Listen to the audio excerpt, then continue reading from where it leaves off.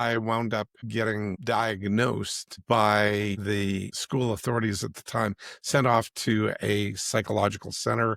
There, educational psychology, and psychologists with psychiatry there as well. And they put me through a battery of IQ tests. And I went every Thursday for about 9 months. So that was quite pivotal back then, made a big impact on me. And especially when they brought my parents in, and the psychiatrist who was the head of the entire station, where they were doing all their work on me, that I would go every Thursday. They sat down and they told my parents that I, on my IQ exams, ranked at the moron level in some of the areas and genius level in others.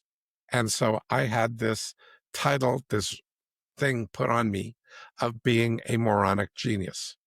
So it was rather significant. Unfortunately or fortunately, because moron was more, I was used to failing. I wasn't diagnosed as having dyslexia yet, but I'm also dyslexic. And so later on, sometime later, they also put that in there. And that was interesting because I did get some minor assistance, but they back then hadn't had much in terms of the diagnosis of dyslexia. It was fairly new and their stuff was there. Anyway, I went on through school and high school and struggling and realizing that I was far more of a creative type. And so I would had different experiences where I was able to blossom and show people what I could do. I remember in shop, I made a bowl that was a checkerboard bowl that was dark wood, light wood. And back in the day, we did not have mechanical planers. We had hand planers. So if you're going to put the layers of wood together, you had to plane it out perfectly flat and do it all by hand. And I did. And then I had to glue it up and cut out a blank and put it on a lathe and spin it up and make a ball. The teacher, my shop teacher, said that was going to be impossible. So, but I went ahead and did it anyway. And as a result, I got I believe it was graduation class when I was in grade 9, I got an honorable mention for shop when they were giving out awards to all the smart people getting all the academic accolades.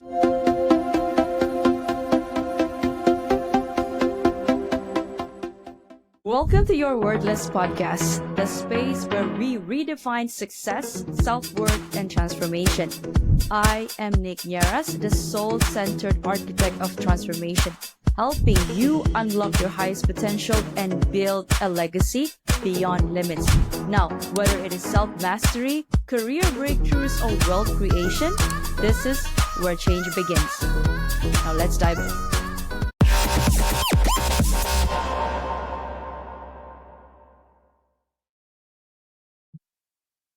Thank you. Thank you for having me, Nicolette. Thank you so much. The honor is ours. So, Blair, I'd like to take my guests and my listeners a trip down memory lane first. Can you first share with us what was it like growing up as a Blair Dunkley? Well, that goes way back. Lots of issues as Blair Dunkley way back when. So I had great parents, but I guess my first struggle was in grade 1, where I was a school pick on and bullied many, many times, like a lot, all throughout elementary school from grade 1 to grade 6. In grade 5, I wound up getting diagnosed by the school authorities at the time, sent off to a psychological center. There, educational psychology, and psychologists with psychiatry there as well. And they put me through a battery of IQ tests. And I went every Thursday for about 9 months. So that was quite pivotal back then, made a big impact on me. And especially when they brought my parents in, and the psychiatrist who was the head of the entire station, where they were doing all their work on me, that I would go every Thursday. They sat down and they told my parents that I, on my IQ exams, ranked at the moron level in some of the areas and genius level in others. And so I had this title, this thing put on me of being a moronic genius. So it was rather significant. Unfortunately or fortunately, because moron was more, I was used to failing. I wasn't diagnosed as having dyslexia yet, but I'm also dyslexic. And so later on, sometime later, they also put that in there. And that was interesting because I did get some minor assistance, but they hadn't back then, hadn't had much in terms of the diagnosis of dyslexia. It was fairly new and their stuff was there. Anyway, I went on through school and high school and struggling and realizing that I was far more of a creative type. And so I would had different experiences where I was able to blossom and show people what I could do. I remember in shop, I made a bowl that was a checkerboard bowl that was dark wood, light wood. And back in the day, we did not have mechanical planers. We had hand planers. So if you're going to put the layers of wood together, you had to plane it out perfectly flat and do it all by hand. And I did. And then I had to glue it up and cut out a blank and put it on a lathe and spin it up and make a ball. The teacher, my shop teacher, said that was going to be impossible. So, but I went ahead and did it anyway.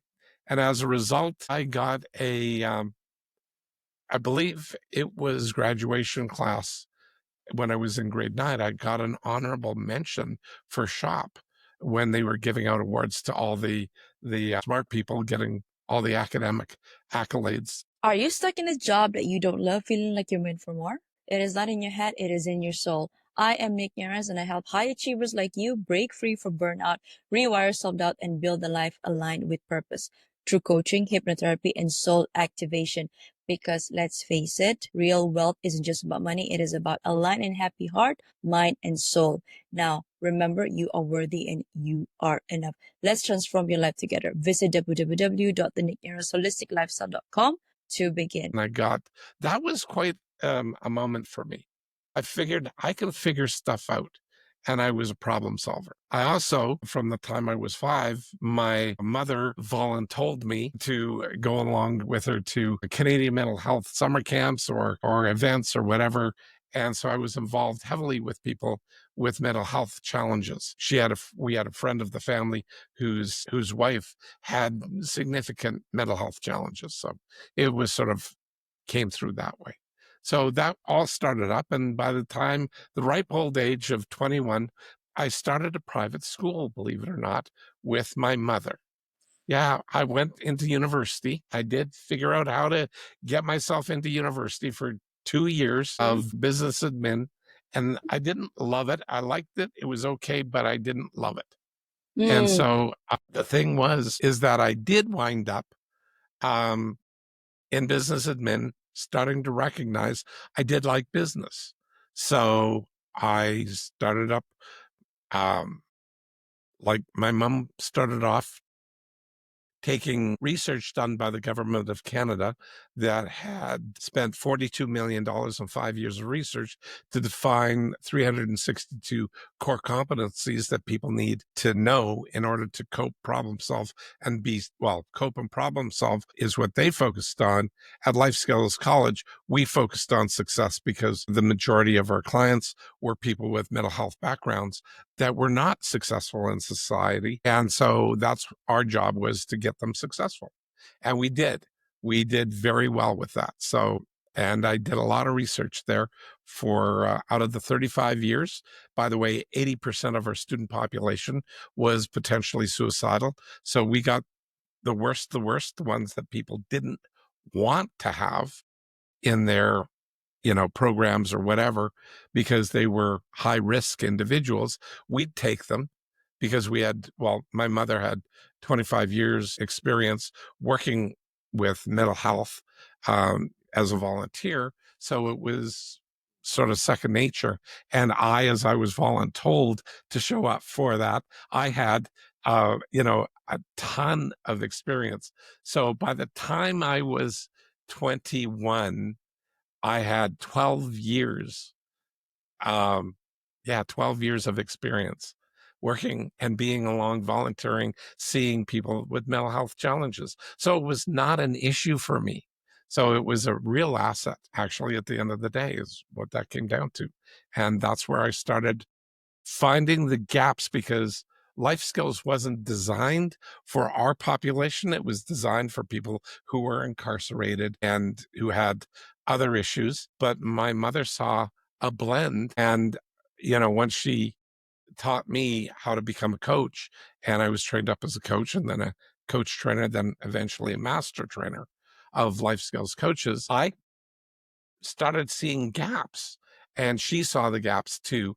And we discuss it and debate it, and we figured out, well, I was the one that was diving deep on this, because that was my mind. It was creative. I saw what the possibilities were, and that was huge for me, and so much fun to literally see how people think. And because of my dyslexia, I always had to figure out how other people thought, because I had to translate their stuff that they took for granted into ways that I could be way more effective. And that was huge. That was absolutely huge. So I built on that background, on that knowledge, and defined over 100 things called mind models. Two of the major ones. One is called question concepts. So every utterance out of anybody's mouth can be filtered through one of 6 question concepts, but they're not these words. These are the titles of the words, but it's just who, what, when, where, why, and how. Those are the 6 question concepts. Natural language processing believes that there's 8 in the AI area, but I beg to differ.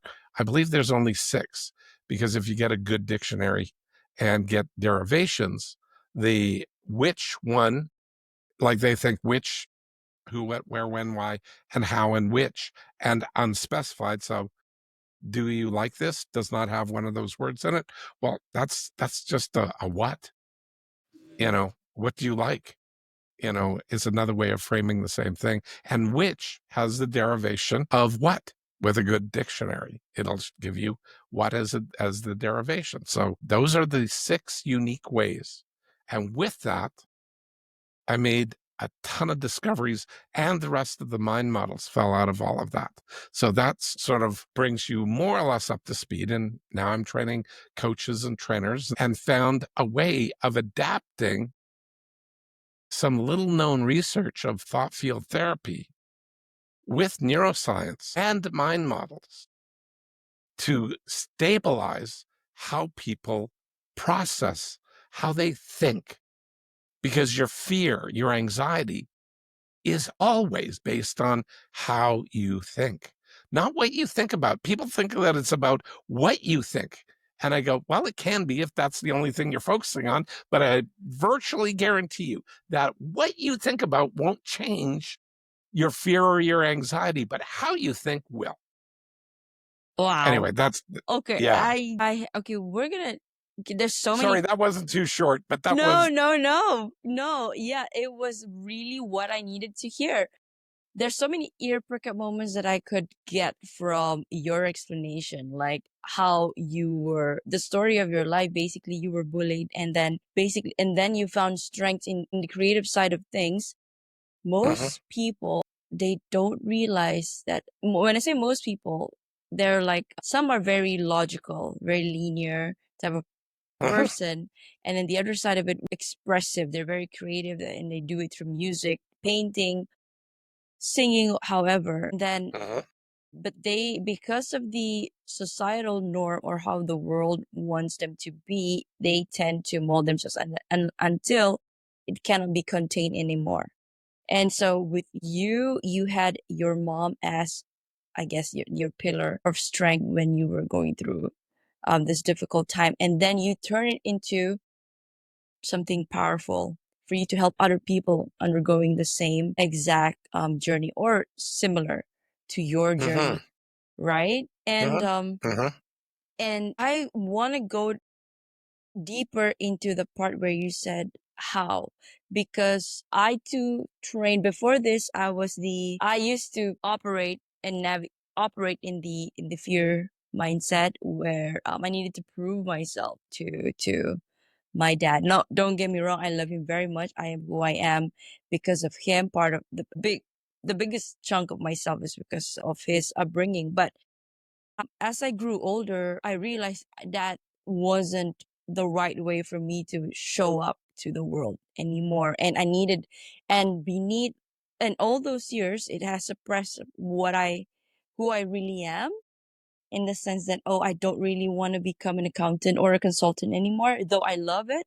But there's so much, or there's so many things or different avenues that I can show up as and be my authentic self. And Mhm. so I think it's crucial of the work that you do, because for you to jump from that corner to the other corner, from one side to the other side, you have to rewire your mind, your patterns, your limit, your beliefs that you have. Oh, I'm not good enough. I'm not lovable enough, or I'm just different. People are not going to love me because I don't fit in with the crowd. Now, my question, now I've transitioned from a 9 to 5 to a coach myself just last year, and just officially this year. And I too have to battle with that fear maybe every other day, that, number one, people are not gonna, how can I make people confident? Now, I don't really like, how can I make people confident with me, because I believe in your auric field, you attract what you believe. And the second part of it, that fear, how do you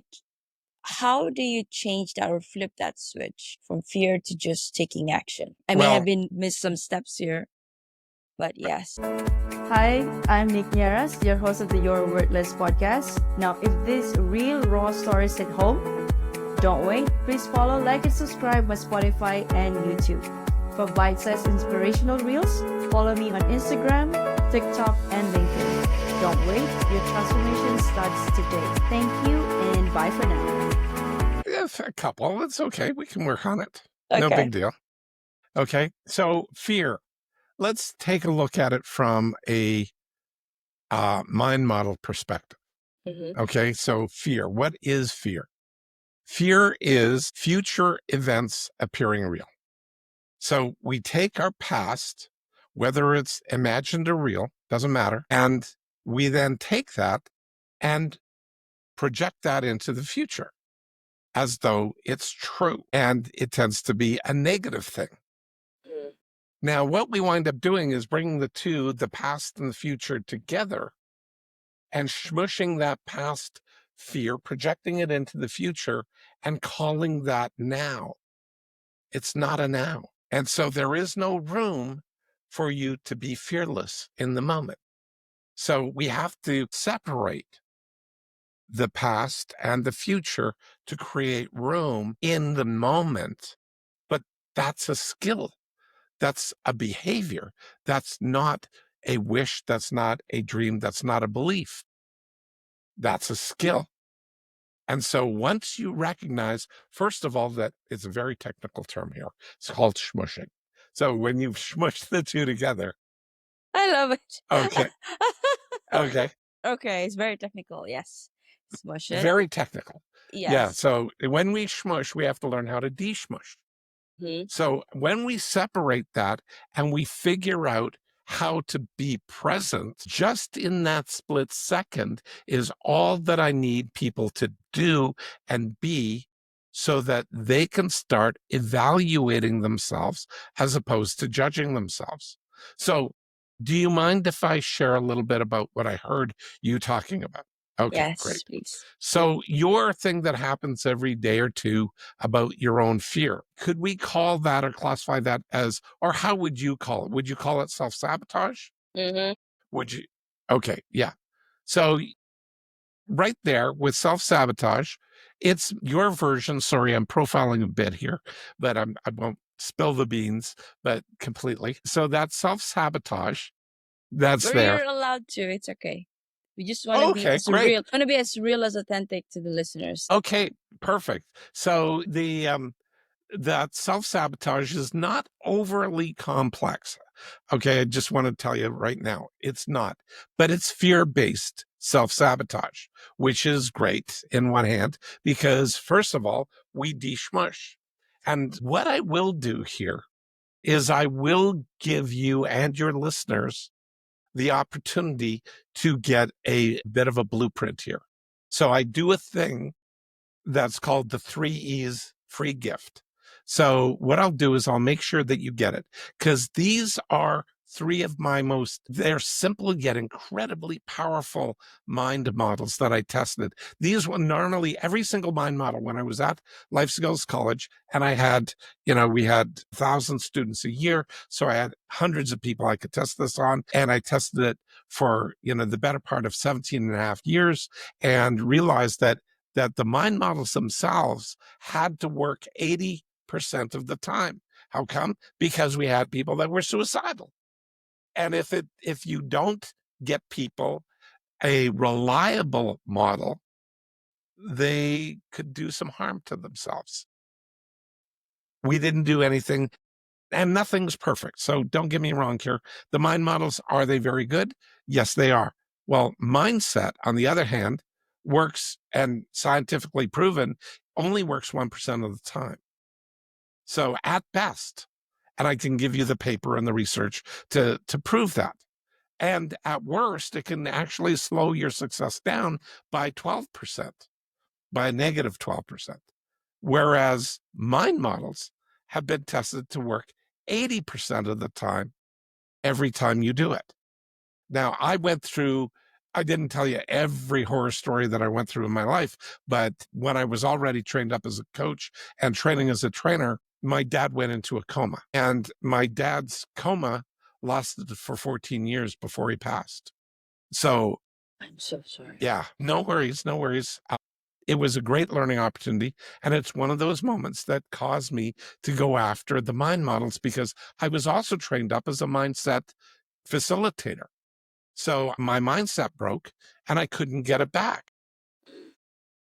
2 weeks after my dad went into the coma, I sort of had a meltdown when the doctors called their family together and said, your father, your husband, has a 99% chance of never coming out of the coma, which he never did.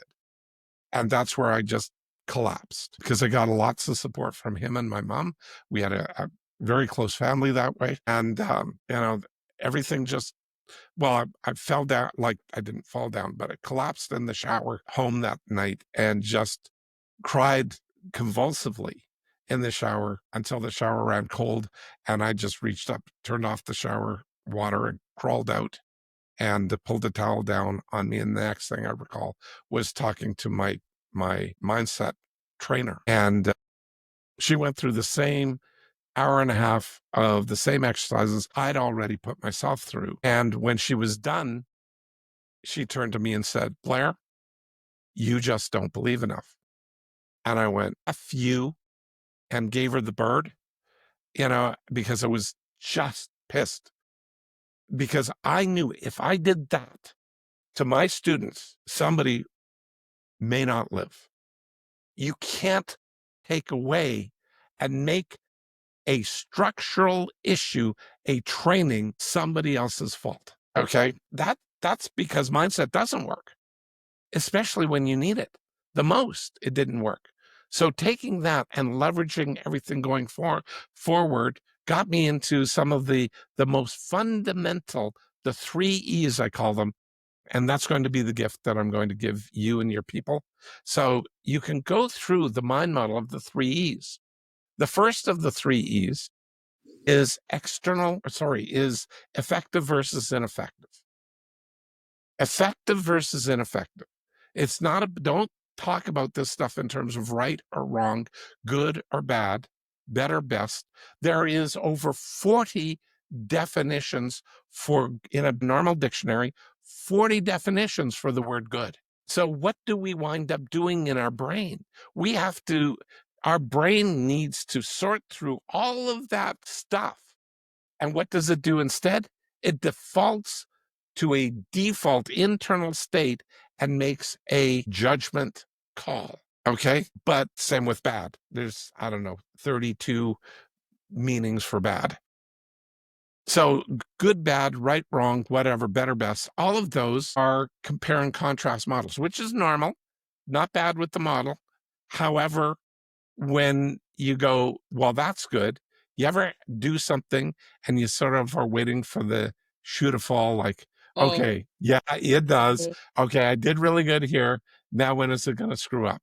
When's my life going to go sideways? That's exactly self-sabotaging. Well, partially because you're using judgment. You're using a judgment model. Okay. Okay, so if I give you other models, 3 of them to be exact, you can start working at stopping the self-sabotage. Okay, so is what you're doing effective or ineffective? That's the first step. If you just ask yourself that, and then if it's effective, great. If it's ineffective, change it. Figure out how to make it effective. But if it is already effective, you got another test. And the next mind model is external versus internally verifiable. Is it externally verifiable? The thing that you thought was effective, could you videotape it, show it, demonstrate it in some way, shape, or form so somebody else can actually see it? Is there externally verifiable evidence of you doing something that is effective?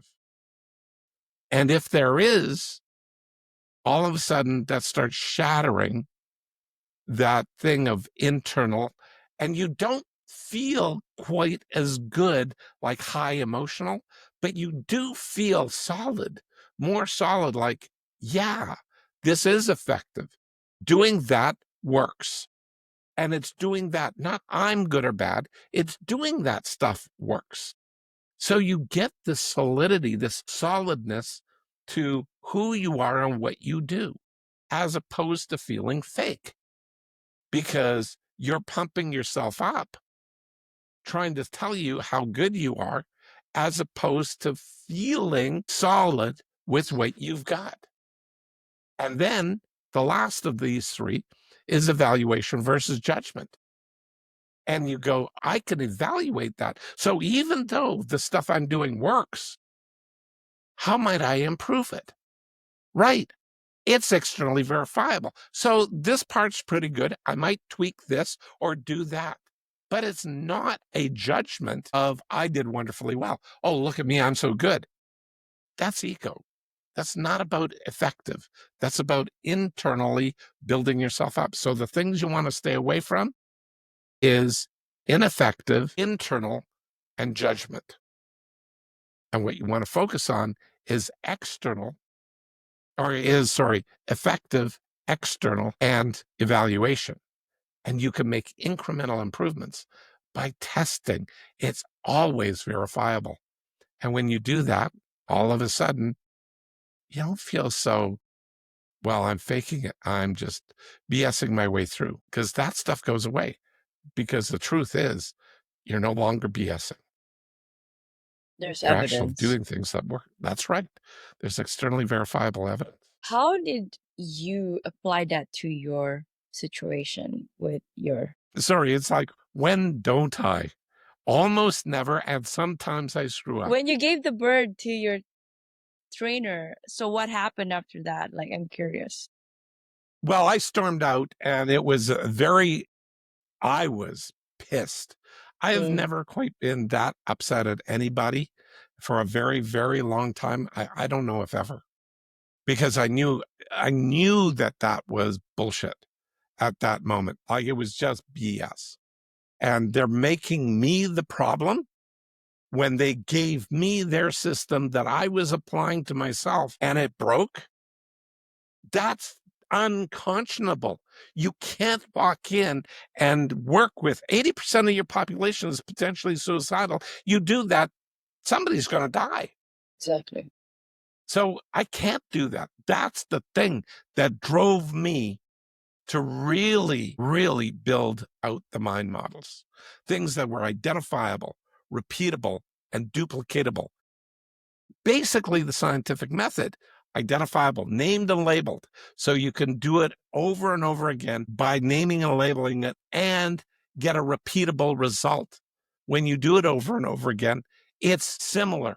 Not identical, but similar. And duplicatable means you can transfer it to others. In other words, it's not my opinion anymore. This is demonstratable and other people can do it.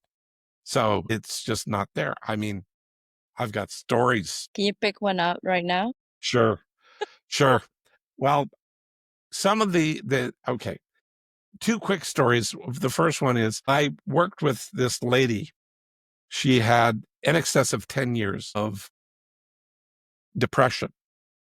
And I've created 3 counseling models: operant affectional counseling, catalytic counseling, and conversational counseling, plus a different coaching model, which is all based on mind model method coach training.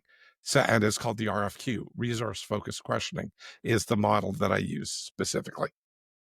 Well, I created. I used that coaching model with her. She booked in 8 sessions to start off with because she'd had been seeing therapists and psychiatrists and being given drug therapy as well as talk therapy for over 10 years. And then she found me when I went and I talked on stage in Las Vegas, and she said, "He makes so I much need sense." you. Yeah. Well, basically that's what she said. So her and I don't know, 15, 20 other people out of the audience said the same thing. And they came along and I trained her up as a mind model method coach.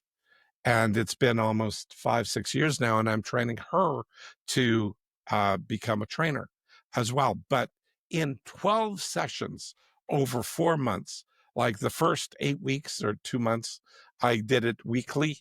And then over the next 4 sessions over 2 months for 12 sessions. And she hasn't looked back. Like, she's going through more difficult stuff than she was back then, but not succumbing to the depression at all. And she's highly effective. The other people were 2 of the other 2 people in the same audience, actually, that came. In fact, Becky and Tim Graff, they're training up as trainers as well right now, trained as mind model method coaches. Unfortunately, almost a year to the day after they got their training and certification as being mind model method coaches, they went away for Mother's Day, and Tim went to get the truck fixed because they were camping in a slot canyon. And unfortunately, Becky and the girls were hiking in this favorite place, and the girls were 3 and 7 at the time. And they hiked up this box canyon, well, slot canyon. It's even narrower. It's just like very, very steep walls. It's like a slot in the earth. And unfortunately, there was rain beyond where they could see, and there was a flash flood, and a whole wall of water came and washed them all away. And Becky barely survived. And unfortunately, their 2 girls passed. Tim found both of the girls. His wife was in hospital fighting for her life. And they tell the story of how they didn't wind up going in and using regular therapy. They just used mind models, talked to each other through with the use of mind models and their religion, belief in God and mind models, and resolved everything. In fact, they knew that it worked so well that in the first day of taking mind model method coach training, they had an 8-year marital issue that they resolved from training them in the morning. They went off for lunch, came back, and an hour and a half or so later, they'd resolved an 8-year marital issue, and only using mind models, the mind models they just learned. So that's how all of this stuff happened. So it's sort of 3 stories and 2 groups of people. So there you go.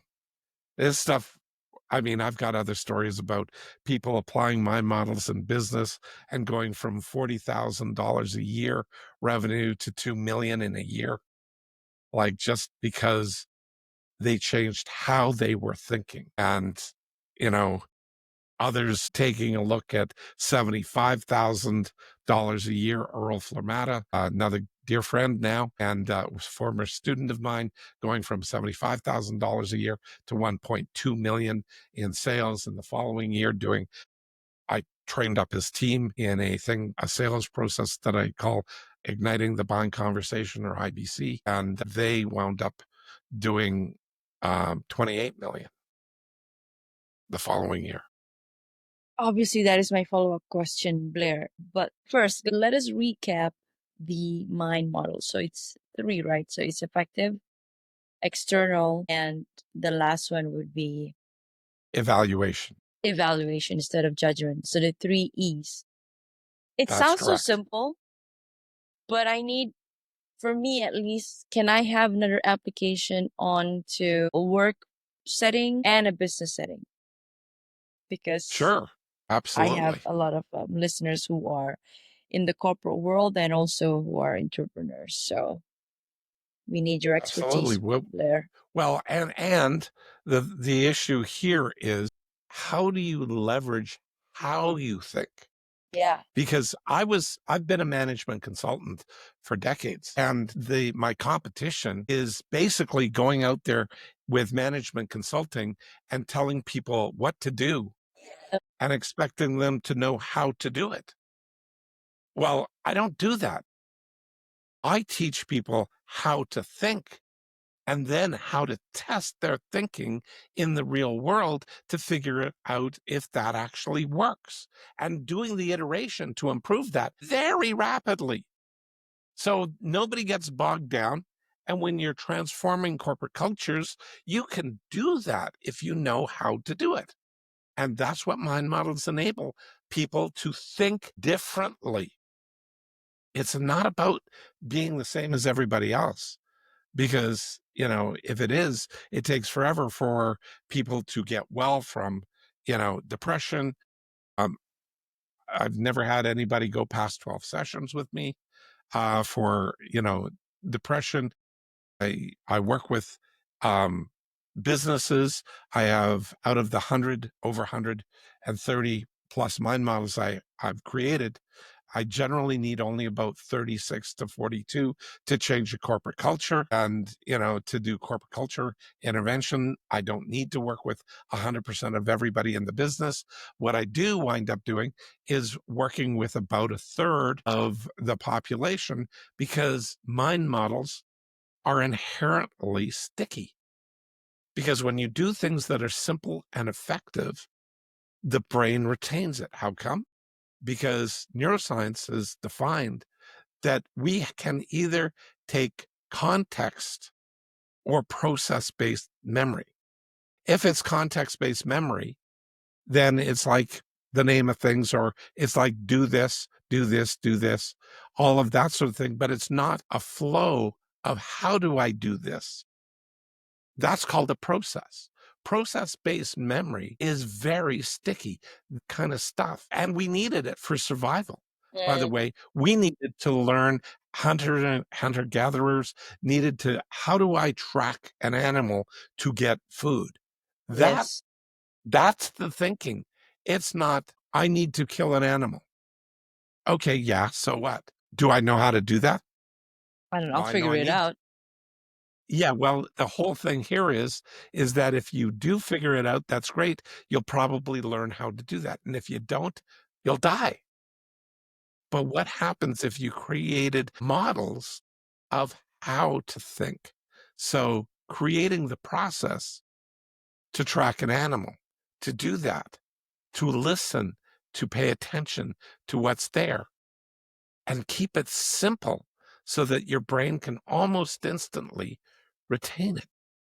And that's how come the mind models, like Phobia Freedom Formula, works with sticky behaviors, and it works in the area of overcoming fears, phobias, and anxieties by literally helping you rewire. So if you think about your fear right now, you don't even have full access to the three E's.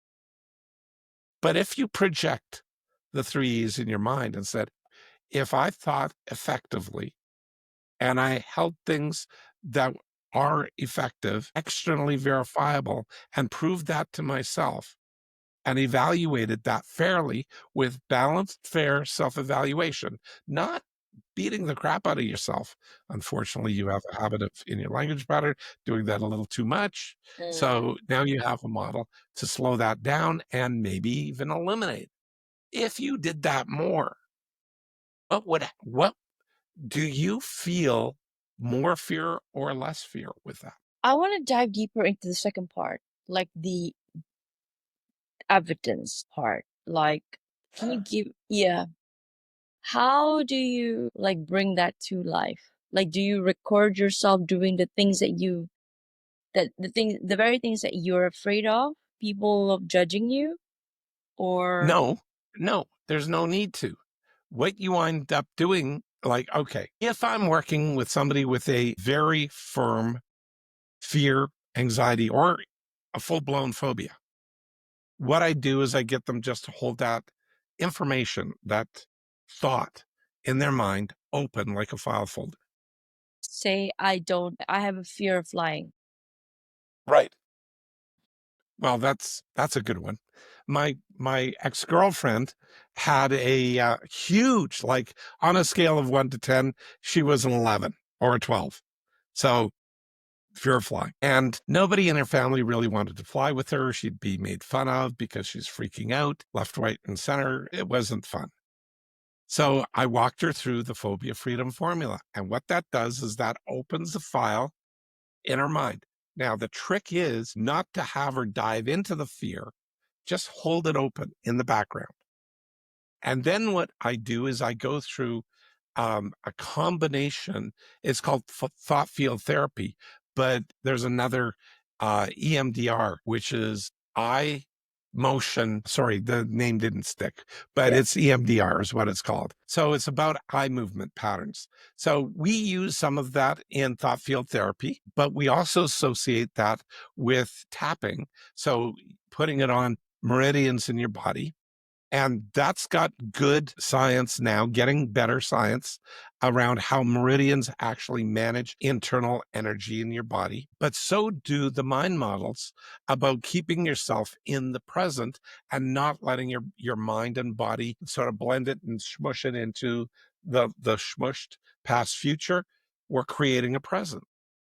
And we create a present so that we get you doing things. So we need you to count out loud. We need you to hum a tune. We need you to move your eyes in different patterns. We need all of these things happening. How come? Because when that file is open, we're literally rewiring your brain with that. And then we get you to validate where your emotional piece is with that. So we stated on a scale of 1 to 10, where is it to start off with? We do the first round. It generally, sometimes it drops a lot. Sometimes it just goes down to 9. So from 10 to 9.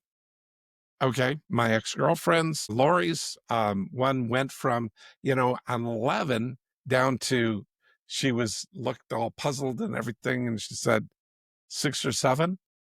And I go, wow, that's great. Let's do it again. See, my tone of voice, my management of her present moment is critical. And if I don't manage that, her brain gets to reassociate.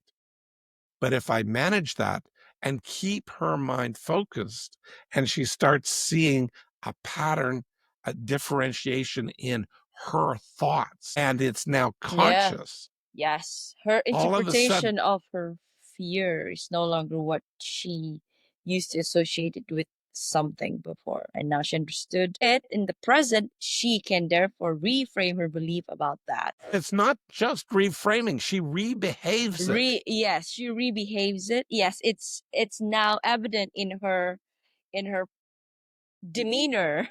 In Bingo. On yes, everything. yes. In everything. See, that you just got it. I just did a little bit of a reframe here with you, like using mind models, a little bit of just describing the process, and all of a sudden your brain goes, yeah, that feels right. Well, because it is. It works. And you had a little taste of it right there. That's how it works. What I do is it's a 45-minute session, and it usually works 97% of the time. The first time. Okay. Well, now we I'm gonna go to some of the questions right now, Blair, and then I'm gonna have people go to your website so that they can experience this life-changing, life-altering, transformational methods that you teach to hundreds of people right now. So, how can coach? I think we did touch on this, but I just wanna put it out there. And if there's anybody who's actually a coach, a therapist, or leaders, how can they use this in their own work? Very well, very easily. It's a huge differentiator when you're certified either as a Phobia Freedom Formula coach or as a mind model method coach. It differentiates you from the crowd because you can start moving people through processes of how to think and how to adjust fears, phobias, and anxieties in teams, in individuals so rapidly. It's such a differentiator. So makes you far more hireable, and thus your value goes up to them. Now you can simply do that by, jumping on, you know, the blairdunkley.com, or just blairdunkley.com is one of my sites. And you can go to that and please sign up and notify me if you're interested in working with me. There's a sign up where you can book in a call with me for free. So, if there's anybody tuning in, I believe in what Blair has to say, but I want to feel it for myself. But I still have this debilitating anxiety within me right now. What can they do? What's the first thing someone should do if they feel that in this The first thing to do, I go, book in a free call. I'm sorry, I'm going to go back. I'm going to sound like a broken record because I cannot do a global diagnosis of unique problems. Yeah, it's not appropriate. Sorry. It's just not. So I'd be just one of the other people that are throwing stuff out there that haven't actually tested it. And there's a lot of subtle nuances that need to be accounted That's for. right. That's right. So I'm sorry, I can't I give love you a it. one It's size very fits all. fair. It's very fair because Thank you've you. experienced it yourself, and you know this model works on so many people, but there are also differences in and degrees to their anxieties or their Yes, so true. fear and the issues that they're facing. So thank you for that, Blair, for that transparency. I'll be sure to include that in the show notes. Thank you. Thank you.